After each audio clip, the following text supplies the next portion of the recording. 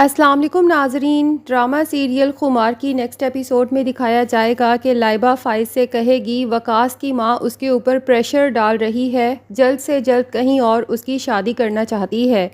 وقاص نے کہا ہے کہ ہمارے پاس وقت بہت کم ہے، ہمیں جلد سے جلد نکاح کرنا ہوگا۔ فائز کہتا ہے کہ وقاص سے کہو کہ وہ جب کہے گا میں تمہارا اس کے ساتھ نکاح کرنے کو تیار ہوں، لیکن شیخانی جب یہ سب سنے گی تو حیران ہو جائے گی کہ جب میں ان لوگوں کو منع کر چکی ہوں اس کے باوجود بھی لائبہ وقاص سے نکاح کرنے کے لیے کیوں بضد ہے۔ تو وہ لائبہ اور فائز سے کہے گی کہ میں اسے ہرگز وقاص سے شادی کرنے کی اجازت نہیں دیتی، اور اگر پھر بھی یہ اپنی ضد پوری کرے گی تو اگر میں ریان جیسے بیٹے کو چھوڑ سکتی ہوں جس سے مجھے بہت محبت تھی تو لائبہ جیسی بیٹی کو بھی چھوڑ سکتی ہوں۔ یہ سن کر تو لائبہ بہت پریشان ہو جائے گی کیونکہ وہ اپنی ماں کو تو کبھی چھوڑ ہی نہیں سکتی، اس لیے چپ ہو جائے گی، لیکن بہت اداس رہے گی۔ فائز پھر سے کوشش کرتا رہے گا اپنی ماں کو سمجھانے کے لیے کہ خوشیاں دولت سے منسلک نہیں ہیں، خوشیاں محبت سے منسلک ہیں۔ اگر وقاص اور لائبہ آپس میں محبت کرتے ہیں تو مجھے پورا یقین ہے کہ وہ لوگ خوش رہیں گے۔ تو کہکشاں بیگم اپنا دوسرا حربہ استعمال کرتی ہے اور کہتی ہے کہ جس شادی میں ماں باپ کی دعائیں نہ ہوں، ماں باپ خوش نہ ہوں، وہ شادی کبھی نہیں چلتی، اور لائبہ سے کہتی ہے کہ تم نے فائز کی شادی کا انجام دیکھ لیا نا، میں اس کی حریم سے شادی نہیں کروانا چاہتی تھی، اس نے اپنی منمانی کی اور حریم اسے کس طرح سے دھوکہ دے کر چلی گئی۔ اگر تم بھی اپنی منمانی کرو گی، اپنی ماں کا کہا نہیں مانو گی تو تمہاری شادی کا بھی یہی انجام ہوگا۔ لائبہ سوچتی ہے کہ میری ماں کس طرح سے اپنے گناہوں پر پردہ ڈال رہی ہے اور ابھی تک فائز بھائی کے دل میں یہی بات ڈالنے کی کوشش کر رہی ہے کہ اس کی شادی کی ناکامی سچ میں حریم کی بے وفائی کی وجہ سے ہوئی ہے، حالانکہ یہ سب تو میری ماں کا کیا دھرا ہے۔ دوسری طرف کہکشاں بیگم کے دل میں بھی یہی چور ہوتا ہے اور سوچتی ہے کہ حریم بھی تو ایک اچھی لڑکی تھی اور میرے بیٹے کے ساتھ بہت محبت کرتی تھی، مخلص تھی، میرا بیٹا بھی اس سے بہت مخلص تھا، دونوں بہت خوش رہنا چاہتے تھے، لیکن چونکہ میں اس شادی کے خلاف تھی تو میں نے کس طرح سے آگ لگائی کہ آج دونوں ایک دوسرے کی شکل دیکھنے کے بھی روادار نہیں ہیں۔ تو یہی تو میری بیٹی کے ساتھ بھی ہو سکتا ہے۔ وقاص اپنی منمانی کر کے لائبہ سے نکاح تو کر لے گا، اس کے بعد اس کی ماں بھی میری طرح ہی جھوٹے آنسو بہا کر وقاص سے کہے گی کہ میں نے تمہاری شادی کو ایکسیپٹ کر لیا ہے، تم گھر واپس آ جاؤ،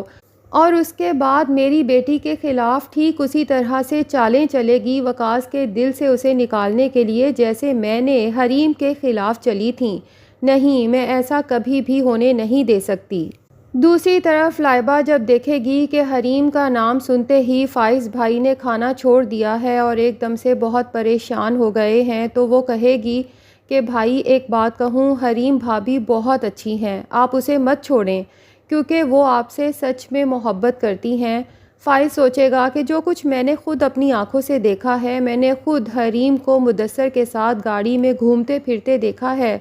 لائبہ کو وہ بتانے کا کچھ فائدہ نہیں ہے، لیکن بہرحال وہ لائبہ سے کہے گا کہ میں یہ چاہتا ہوں کہ تم حریم کی بے جا حمایت نہ کرو، اس نے تمہارے بھائی کو ایسا گھائل کیا ہے کہ اب تک میں خسارے میں ہوں۔ دوسری طرف کہکشاں بیگم جب لائبہ کو اداس پریشان دیکھے گی وقاص کے لیے اور سوچے گی کہ میرے دھمکی دینے پر میری بیٹی اب انتہائی قدم نہیں اٹھا رہی لیکن اندر سے بہت ٹوٹ چکی ہے، تو وہ اسے سمجھائے گی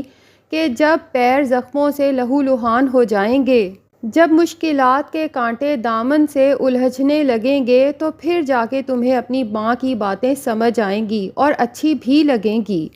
حریم تو اپنی ماں کی بات سن کر پھٹ پڑے گی اور کہے گی کہ امی مجھے آپ کی باتیں کبھی سمجھ نہیں آئیں گی، مجھے صرف اتنا سمجھا دیں کہ فائز بھائی کا گھر خراب کر کے آپ کو کیا ملا، کیا فائدہ حاصل ہوا، حریم کے خلاف بھائی کے دل میں نفرت ڈال کے آپ نے کبھی بھائی کے چہرے کو غور سے دیکھا ہے؟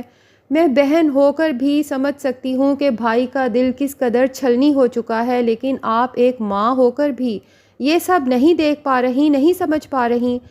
کہ آپ کے ایک جھوٹ کی وجہ سے بھائی کی پوری زندگی برباد ہو چکی ہے، اندھیر ہو چکی ہے، اور اس سب سے آپ کو کیا حاصل ہوا؟ اب اسی دوران میں فائز کو ناصر کی کال آئے گی، جبکہ کہکشاں بیگم اور لائبہ بھی وہیں پر موجود ہوں گی۔ فائز تو جب ناصر کی آواز سنے گا، اس کا نام سنے گا، اسے تو شدید غصہ آئے گا کہ اس خبیث انسان نے مجھے اب کس لیے کال کی ہے، جبکہ دوسری طرف پیچھے کھڑی کہکشاں بیگم کا سانس بھی گلے میں ہی اٹک جائے گا ناصر کا نام فائز کے منہ سے سن کر، اور سوچے گی کہ ناصر نے فائز کو آخر کس لیے کال کی ہے، کہیں یہ میری ساری سچائی تو اسے نہیں بتانے والا۔ اتنے میں ناصر فائز کی منتیں کرے گا کہ فائز، میں مرنے والا ہوں، زہر ناسور کی طرح میرے پورے جسم میں پھیل چکا ہے، میرے پاس وقت بہت کم ہے میرے بھائی، اگر ہو سکے تو ایک دفعہ آ کر میری بات سن جاؤ۔ فائز کہے گا کہ مجھے تمہاری کسی بات میں کوئی دلچسپی نہیں ہے، تم جیو یا مرو، مجھے اس سے کوئی فرق نہیں پڑتا، لیکن ناصر کہے گا کہ اگر تم آ جاؤ گے، میری بات سن جاؤ گے تو اس میں تمہارا ہی بھلا ہے، آگے تمہاری مرضی ہے، میری تو بہت کم سانسیں رہ گئی ہیں، میں آخری سانس تک تمہارا انتظار کروں گا۔ فائز غصے کے عالم میں فون بند کر دے گا، اور پیچھے کھڑی کہکشاں بیگم فائز سے کہیں گی کہ کوئی ضرورت نہیں ہے اس گھٹیا انسان سے ملنے کی، پہلے ہی وہ تم سے بہت پیسے لوٹ چکا ہے، اب یقیناً بیماری کا بہانہ کر کے تم سے مزید پیسے لوٹنا چاہتا ہے۔ فائز بھی سوچ لیتا ہے کہ میں اسے ملنے نہیں جاؤں گا، لیکن کہکشاں بیگم کے وہاں سے چلے جانے کے بعد لائبہ اپنے بھائی سے کہتی ہے کہ بھائی، آپ ناصر سے ضرور ملنے جائیں، اس کی بات ایک دفعہ ضرور سنیں، یہ میرا آپ کو مشورہ ہے، جس پر فائز بہت حیران ہوتا ہے کہ بھلا لائبہ کا ناصر سے کیا تعلق، اور یہ مجھے اس سے ملنے کے لیے کیوں فورس کر رہی ہے، لیکن ابھی تک بھی فائز یہ سوچ لیتا ہے کہ میں ناصر سے ملنے نہیں جاؤں گا۔ لیکن جب فائز اپنا سامان ان پیک کرے گا تو اس میں سے فائز کی اور حریم کی ساتھ میں تصویر نکلے گی جو فائز نے ابھی تک سنبھال کے رکھی ہوئی ہے۔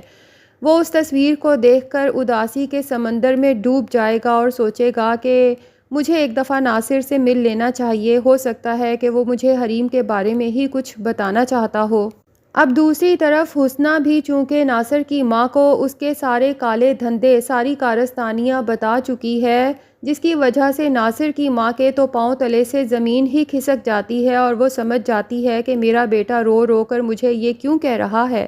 کہ ایک دفعہ حریم کو بلا دے، میں اس سے معافی مانگنا چاہتا ہوں۔ ناصر لاکھ گناہ گار سہی، لیکن اس کی ماں سے اس کی یہ تکلیف نہیں دیکھی جا رہی، اور وہ سمجھ چکی ہے کہ جب تک حریم میرے بیٹے کو معاف نہیں کرے گی تب تک اس کی تکلیف کم ہونے والی نہیں ہے، اسے تو آرام سے موت بھی نہیں آئے گی۔ اس لیے وہ خود حریم کے گھر جاتی ہے